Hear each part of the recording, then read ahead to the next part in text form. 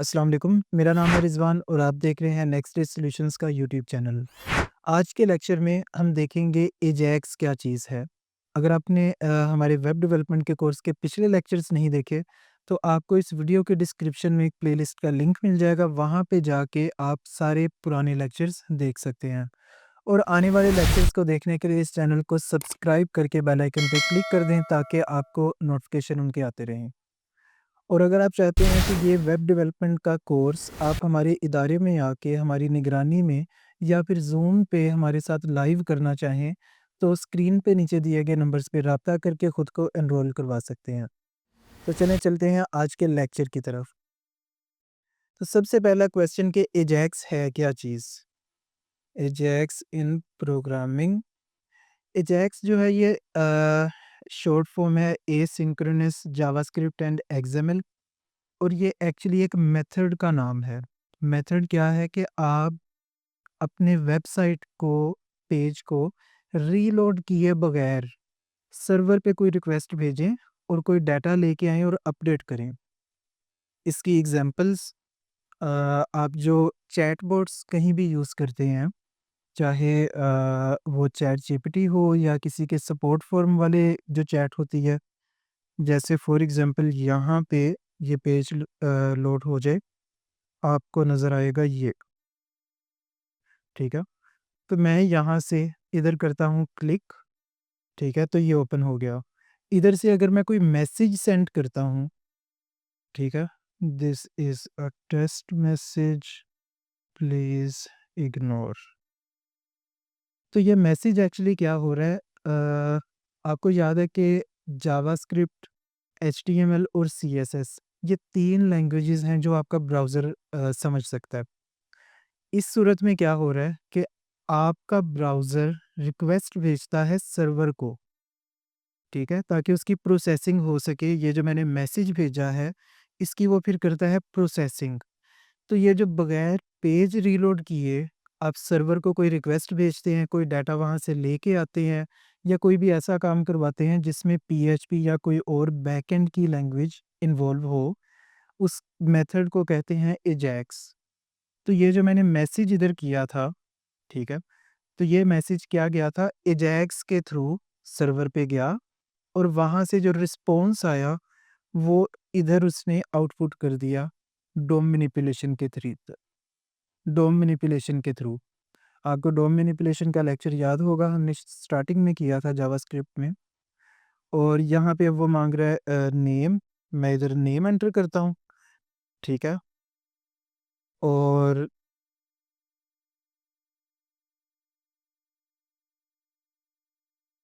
कुछ भी लिख देता हूँ,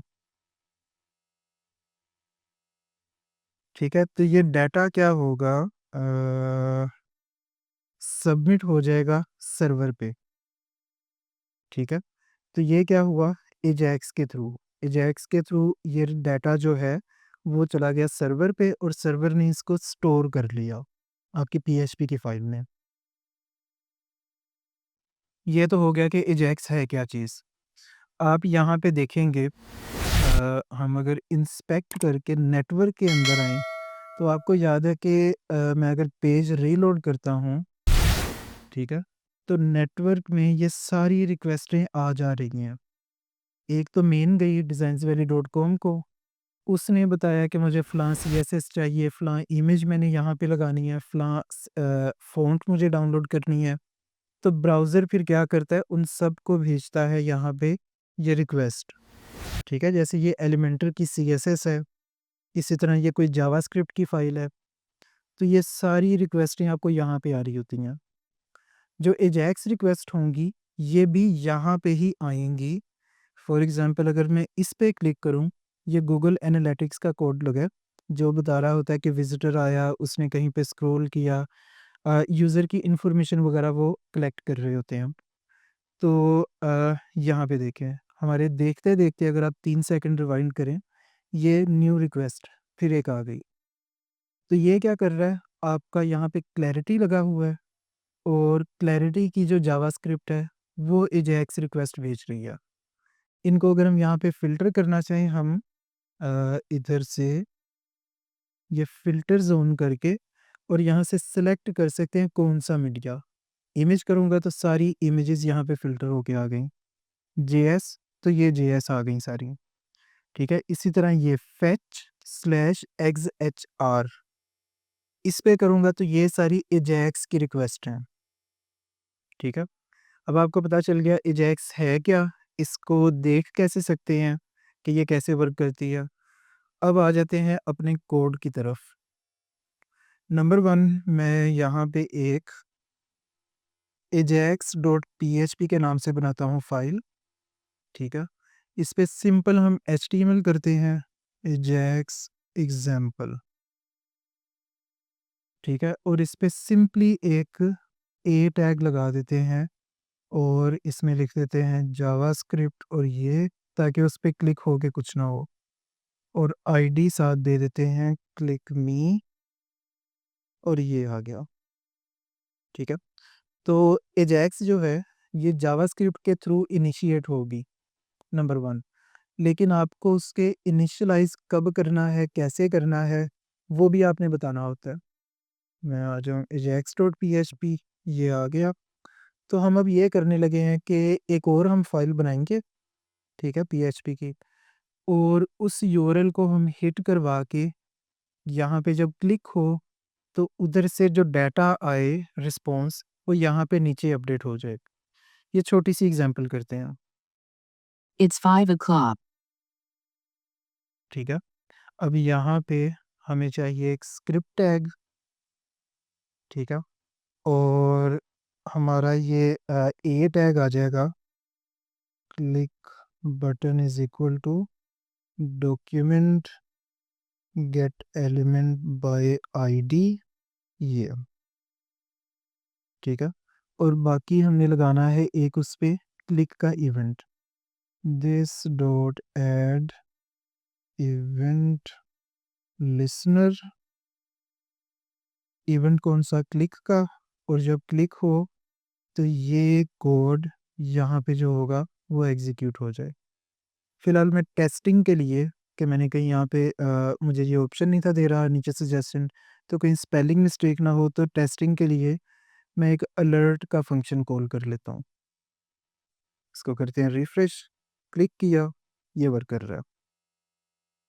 अच्छा, नेक्स्ट अब यहाँ पे हम वो जावास्क्रिप्ट का कोड लिखेंगे कि ये एक और फाइल बना लेते हैं, ajax backend.php के नाम से, और यहाँ पे हम कोड ये लिखेंगे इधर क्लिक के इवेंट में कि ये इस पेज को रिक्वेस्ट भेजे और वहाँ पे जो डाटा इसको रिटर्न किया जाए, जो रिस्पॉन्स आए, उसको फ़िलहाल हम कंसोल लॉग कर लेते हैं। अब ये जो फंक्शन है, ये 2 तरह के हैं, XML HTTP request JavaScript example number 1, एक ये आ गया। एक और है जो मॉडर्न जावास्क्रिप्ट का फंक्शन है और वो है फेच, ठीक है? इसको भी ओपन कर लेते हैं। दोनों काम सेम करेंगे, इनका सिंटैक्स जो है वो थोड़ा डिफरेंट है। इसकी एग्जांपल इस तरह से है, जैसे हमने लास्ट लेक्चर में कर्ल के साथ जो पीएचपी में था, काम किया था, वैसे ही जावास्क्रिप्ट के अंदर भी अगर हम ये लाइब्रेरी यूज़ कर रहे हों, तो हमें एक वेरिएबल बनाना है, ठीक है? उसमें इसको स्टार्ट कर दिया न्यू ये। उस वेरिएबल के ऊपर हमने फिर एक फंक्शन को रेडी करवाना है। ये यहाँ पे होगा ऑन रेडी स्टेट चेंज, कि जब उसका रिक्वेस्ट भेजने के मराहिल होते हैं ना, नंबर 1 रिक्वेस्ट सेंड की गई, ब्राउज़र ने सेंड की। नंबर 2 रिक्वेस्ट कंप्लीट हो गई, उसका रिस्पॉन्स आ गया, इस तरह के डिफरेंट। तो जब भी रिक्वेस्ट का जो स्टेट है वो चेंज हो, तो ये इस फंक्शन को कॉल कर ले। इतना फंक्शन ये रन कर दे। वहाँ पे हम क्या कर रहे हैं, दिस डॉट रेडी स्टेट, वो चेक कर रहे हैं कि 4 है। 4 से मुराद है कि वो कंप्लीट हो चुकी है रिक्वेस्ट। दूसरा हम चेक कर रहे हैं कि उसका जो स्टेटस है एचटीटीपी का वो 200 है। 200 स्टेटस से मुराद है कि वो सक्सेसफुल रिक्वेस्ट रही है, कोई हमें आगे से एरर नहीं आया, ठीक है, एचटीटीपी का, या फिर नेटवर्क का कोई एरर नहीं था, इस तरह की चीज़ें, कि अगर इंटरनेट स्लो हो।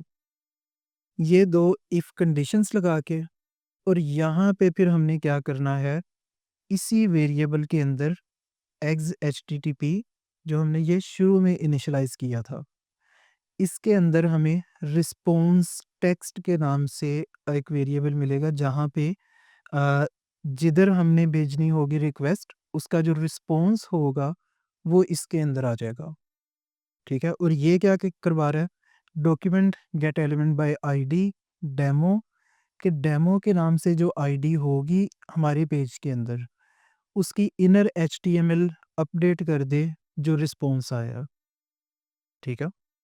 ये एक फंक्शन हम कॉल बैक यहाँ पे असाइन कर देते हैं। उसके बाद हम ये रन करते हैं, x H T T P open gate request, आगे फाइल का नेम या कंप्लीट यूआरएल, और आगे ट्रू, और फिर कर देते हैं कि इसको सेंड कर दो।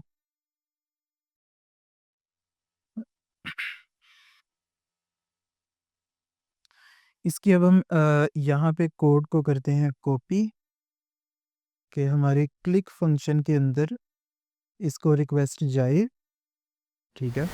और इसके अंदर हम क्या करते हैं, डेमो के नाम से हमें एक आईडी चाहिए, डिव लगा देते हैं आईडी डेमो, ठीक है।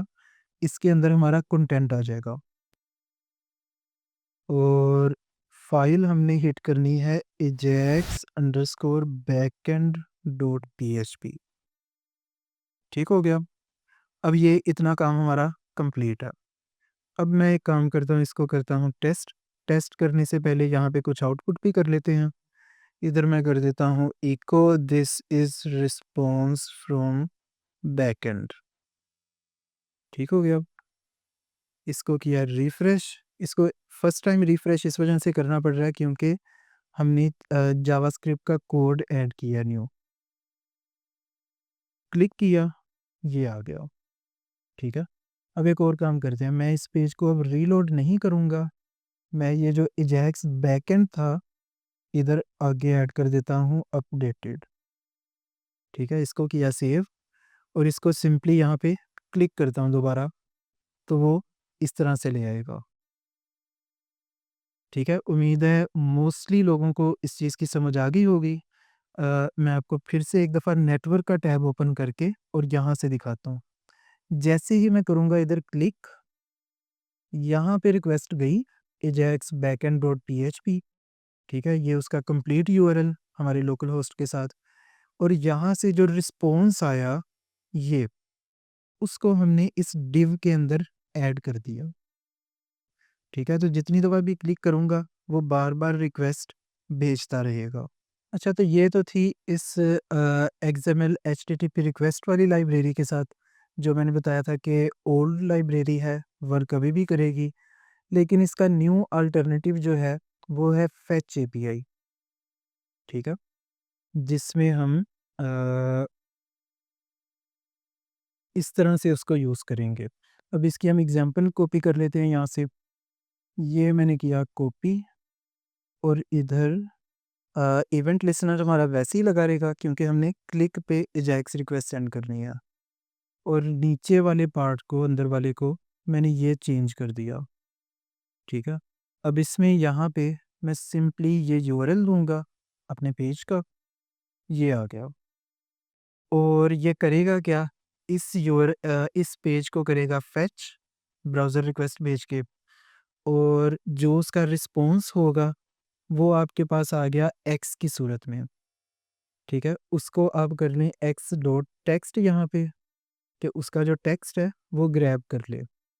ये आ गया फिर यहाँ वाई के अंदर, यानी ये कर ऐसे रहा है कि फेच फेच करो, देन उसको उसका जो रिस्पॉन्स में टेक्स्ट होगा वो निकाल लो, फिर उसके बाद क्या करे, ये अब वाई में आपका रिस्पॉन्स आ चुका है, और यहाँ पे हमने करना है ये ये वाला पार्ट। ये ये रिप्लेस हो जाएगा वाई के साथ कि आपकी जो थी ये डेमो वाली div उसकी इनर एचटीएमएल में ये वाई को ऐड कर दे, ठीक है? अब यहाँ पे हम कर देते हैं इसको कुछ चेंज, ये आ गया। इसको अब एक दफ़ा करना पड़ेगा रिफ्रेश ताकि हमारा न्यू जो जावास्क्रिप्ट है उसको ये लोड कर ले। क्लिक किया तो ये आ गया, ठीक है? अपडेटेड कंटेंट,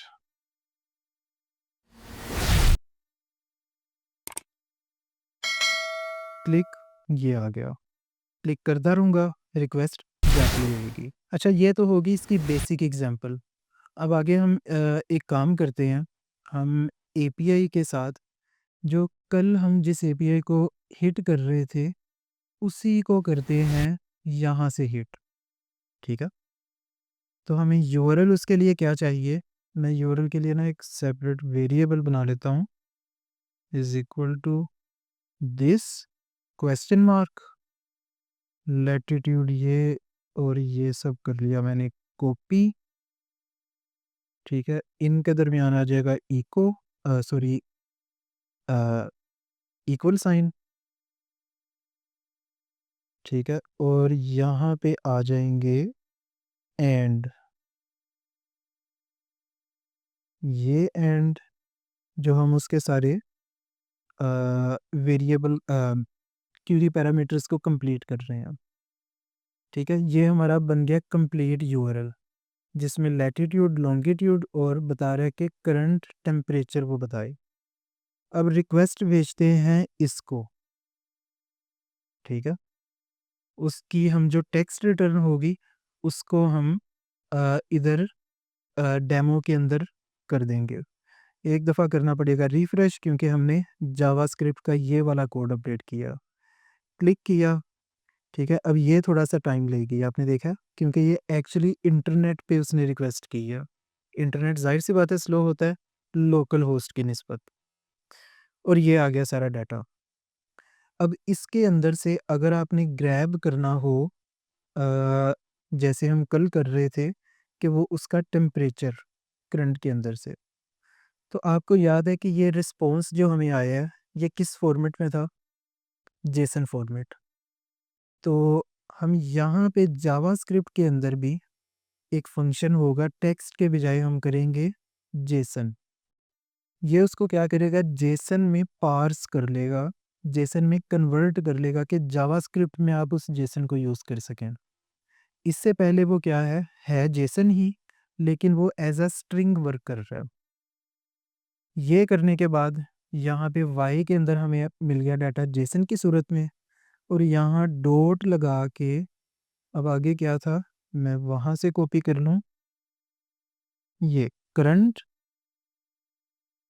करंट सॉरी, यहाँ पे डॉट लगा के करंट, और उसके अंदर था ये, डॉट लगा के ये।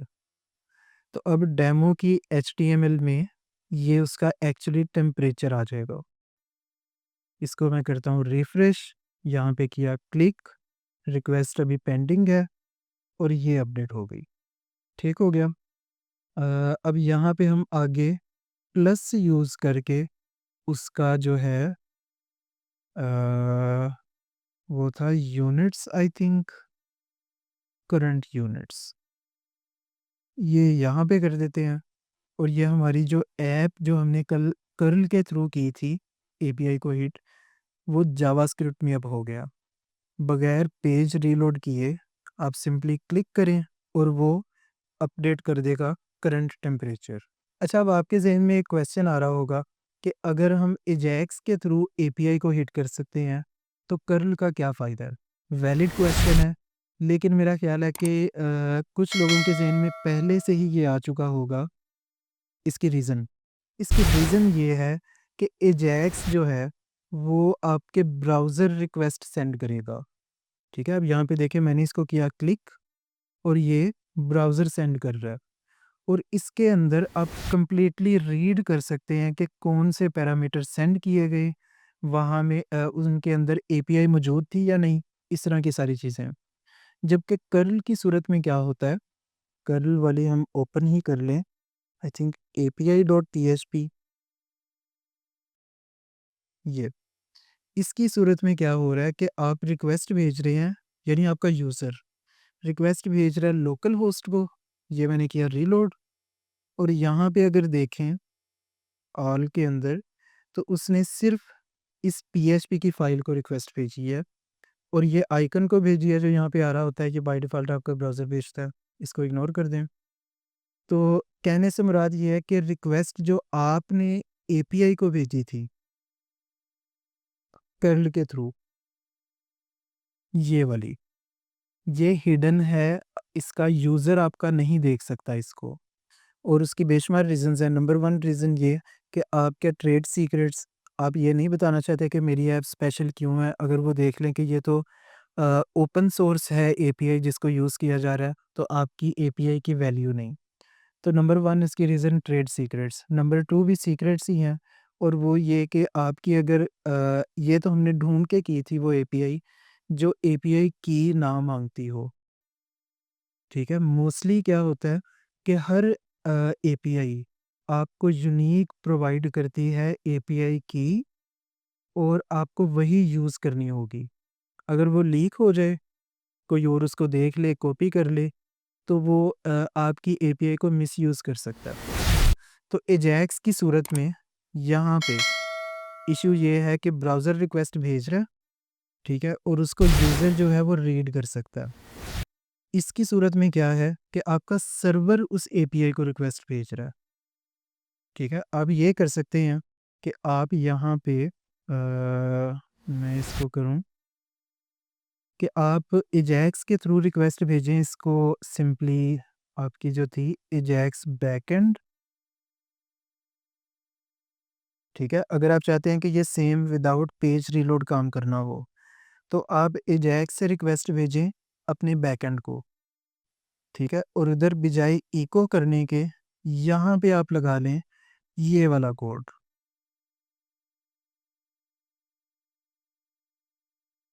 ये आ गया, ठीक है? एपीआई की यहाँ पे नहीं चाहिए, और उसके अलावा क्या है, जेसन डिकोड करने के बजाय ये सिंपली इसी को रिस्पॉन्स को इको कर दे। तो ये आपकी एक तरह की प्रॉक्सी बन गई है कि आपका ब्राउज़र रिक्वेस्ट भेजेगा आपकी ही फ़ाइल को, और आपकी फ़ाइल आगे फिर एपीआई को रिक्वेस्ट भेजेगी, ठीक है?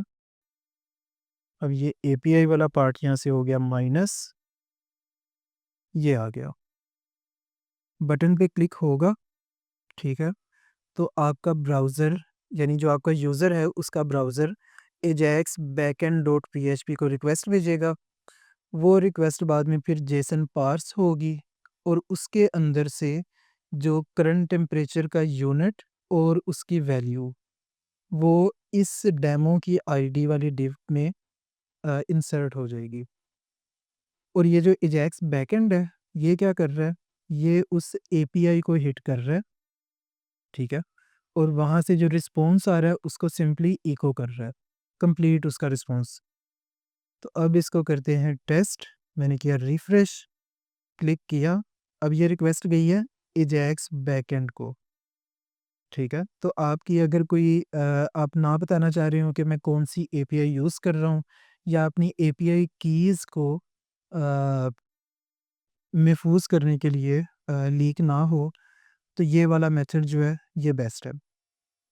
उम्मीद है आप इस लेक्चर के अब एंड तक आप सबको समझ आ गई होगी कि एजैक्स क्या है, इसको यूज़ कैसे किया जाता है, किस चीज़ के लिए किया जाता है, और साथ ही साथ के बेस्ट प्रैक्टिसेस क्या हैं, और कर्ल और एजैक्स रिक्वेस्ट एपीआई के लिए यूज़ करना, दोनों के डिफरेंसेस क्या हैं। अगर आपका कोई क्वेश्चन है तो प्लीज़ कमेंट कीजिएगा। अगर ये वीडियो अच्छी लगी तो आप इस वीडियो को लाइक करें, चैनल को सब्सक्राइब करें, ताकि आपको न्यू लेक्चर्स आते रहें हमारे कोर्स के। इंशाल्लाह मिलते हैं नेक्स्ट लेक्चर में एक नए टॉपिक के साथ, तब तक के लिए अल्लाह हाफ़िज़।